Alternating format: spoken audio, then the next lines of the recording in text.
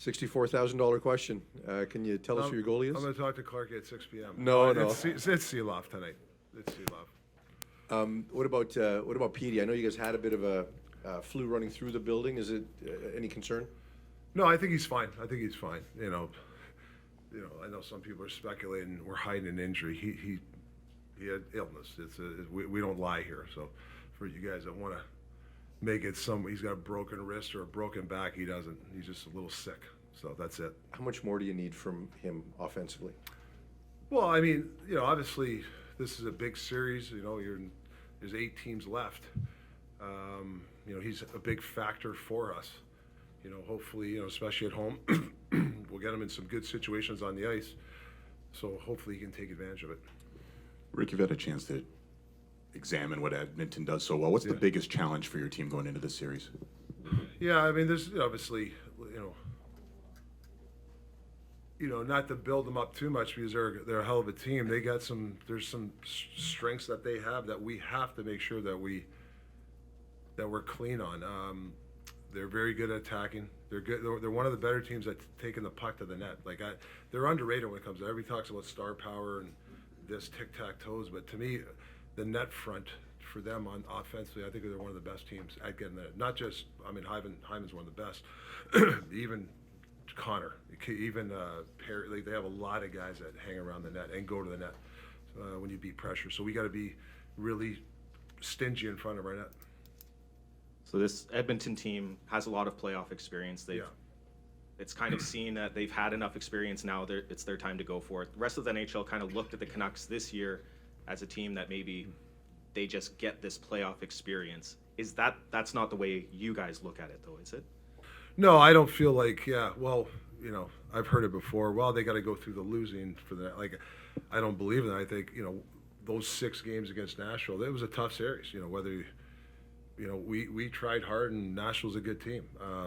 And we won. So I think we're going into this situation the same thing where, playoff experience. I think a guy like Hoglander, I thought his game, from the first game to the 6th game, that's good experience for him. I think that's going to help him for this series, being more calmer and playing his game. So that's experience right there. So, that's the way I look at it. Is there something frustrating or motivating about being seen as the underdog going into this series, even though you guys finished first in the Pacific? No, I don't. No, I don't care whether people pick or not. I mean, that's the business we're in. I was on the other side. People ask your opinion, but I think if we felt we were at the start of the year underdogs and we're not this and that, I don't think we'd be in the position we are. I think guys, came into the season like, hey, we're a good hockey team, and that's the way we approach it. We don't approach it to start, hey, we're underdogs, and nobody expects to make the playoffs. I don't think I heard any of our players say that in training camp. Rick, what's the confidence level in the penalty kill after what you guys did in the first series, and especially with a challenge like the Oilers' power play in the second round? I think the last month, 6 weeks, I think has been we're in a steady. I think the system and just the details that we cleaned up, I think we're better at clearing pucks than we were 6 weeks ago. I think that's going to help, hopefully, against these guys. We make sure if we get a puck, we got to get it down. Knock off 25 seconds on their power play. But, yeah, the confidence is there. I think we're a confident group. There's been a lot of talk about structure in the system, and all that applies to the penalty kill, I guess, as well. But I'm curious, with the way that the Oilers attack, is it more about hockey instincts and just changing up a couple things on the penalty kill against them? Well, they have, whether it's set plays or not, I think they're a concept team. They have 3 or 4 things that they do really well. I don't think they have a huge playbook. They're just good at what they do. So it's important that we know that what their looks are, where we want to be in these situations. Who do we want to have the puck in the less dangerous situation, because they're going to get their looks. And like I said, if you over pursue, they attack. They're one of the better, probably the best team in Colorado. If they beat pressure, they're taking it to the net. There's none of this like, oh, let's do this play and stuff. They play road hockey after that. Then they just take it to the net, or whoever's open, they give it to and they attack. Rick, you've got 10 playoff newbies. Yeah. One of the intangibles in the playoffs, one of the things you can't draw up on the whiteboard is not only when push comes to shove, but when so-called villains in the game accidentally on purpose maybe run your goalie or try Yeah. to get under your guys, how can you guard against that as a coach? I mean, there's nothing you can go to the playbook for, but it is an intangible part of postseason play. How do you prepare for that? Yeah, I think it's just, every game, every playoff game you play, you gain experience. You figure it out. Obviously, the coach staff has to help the players, but there's certain times where it just organically happens. There's some players that are really experienced, have tricks of the trade. Hopefully, some of our guys learn from that, and you better be a fast learner. That's the way you got to look at it. Rick, you're going to have last change games 1 and 2. How do you approach or think about matching up with Connor, knowing, of course, that it's not just going to be on one center? Yeah, I don't think it's one line. I think it's a committee. Obviously the D too. I don't think you can just say, hey, it's this line. I think there's going to be a multiple of lines that have to do the job against him and Draisaitl. And their depths. Their depths the last couple of years, they can score too. They're good too. So.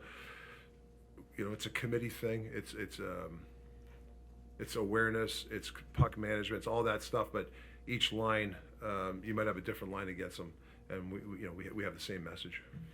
Both of these teams are constructed with a ton of size on the back end. Yeah. How does that impact your thinking about what to expect stylistically in this series?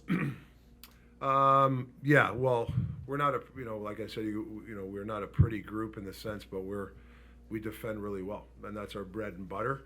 But that doesn't mean we sit back. We're not going to play a 1-4 against these guys. We're not just going to, have 3 guys in front of that and block shots all night. We want to be aggressive, but we watch a lot of video, and I like the way we defend. I really do. I think it's something that will help us against this team.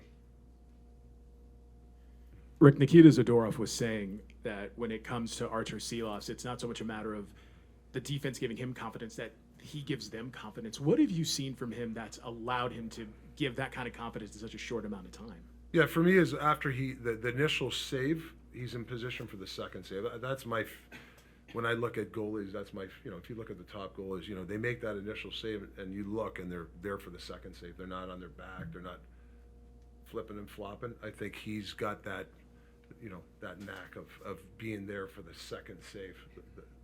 That's what I think where the defense really, or the players really have confidence in him. And in talking to people in Abbotsford yesterday, they were saying, watching him, it's an example of not only like, hey, this is how you get to the NHL, but this is how you can be counted upon. Like, what do you think it does for an organization to go a little bit big picture, just to see how a guy like that can not only fit in, but it says like everybody plays a part, especially when you do need guys this time of the year? Yeah, no, it's Patrick O'Lean talks about this all the time, our GM, about next man up. It's true. Who would have thought Artie, our third goalie, was going to play in the playoffs? It's funny. I was just talking to Niels Almond. He's really worked hard. He's not playing, but he could play, and he's got to be ready. That's just the mentality. That's an organizational attitude. You got to have. It's not poor as me or this guy's out. And I think the smell around, or the flavor around here is next man up. We don't we don't have this. This guy's hurting or whatever. We just go, hey, next man up, let's go. I think you have to have that attitude if you want to go far. Rick, do you think you'll have to score more in this series than you did against Nashville? Can you grind out the same kind of 2-1 games that you did 4 times as you did against the Preds? Well, I don't know if 13 goals is going to get it done this series, but we're comfortable playing a 2-1 game. We are, and I think we've learned that over the year of being comfortable playing those games. We talked about this as a group ad nauseum about if it's a low event game, don't panic, it's okay. And I think that helps us, in the playoffs. That definitely has helped us. We didn't panic, even though I think we had 12 or 13 shots that one game. We weren't looking at the shot clock in the third period. Like, we were like, oh my God, we got to get shots on that. We were just like, hey, just move the game along, and we have a chance. Let's score. And to that end, much has been made of the regular season. Does the late result in the regular season and the type of game that was, basically a 2-1 game with an empty netter, does it show you a blueprint at all, or is that tossed out the window because no McDavid and it's the playoffs? I mean, whether it's McDavid, I don't take stock in these. Listen, we need those 8 points to win the division. That's great, but Game at 7 o'clock means nothing. And our players say the same thing, you know. But playing those games has given some guys confidence to spring. You know, some guys had some good years. I think that first month of beating an Oiler team has helped the confidence of the group. But I don't think it helps anything right now. No, I don't. You talk about what you guys can do. What's the checklist that you're looking for? You know, at the first intermission, at the second intermission, what are you looking for you guys to be doing? Well, I'd like to hold pucks. I don't think we can throw pucks away, number one. And I don't think we can just like talk about defense. Like, you know, we got attacked. You know, if Edmonton makes a mistake or, you know, we can't just send one forechecker and have 4 guys back. We got to press the envelope, but we just got to make sure that when there's separation plays that we're in good spots. But when there's battles, we need 5 we need 5 in there. We don't need 2 guys and 3 guys back. You're not going to win that way against Edmonton. And we've talked a lot about McDavid, but you've got a game breaker in Quinn Hughes. What's the challenge for him? What have you set in front of him for this series? Well, it's no different than them game planning him. I know he's played well against Edmonton. He's had some really good looks against that team. So I'm sure, you know, when he's on the ice, you know, they got to be on guard. Maybe they can't be as aggressive because if you're aggressive against Quinn, he'll make you pay. So it's no different than our attitude toward their players. We have a game breaker in ourselves.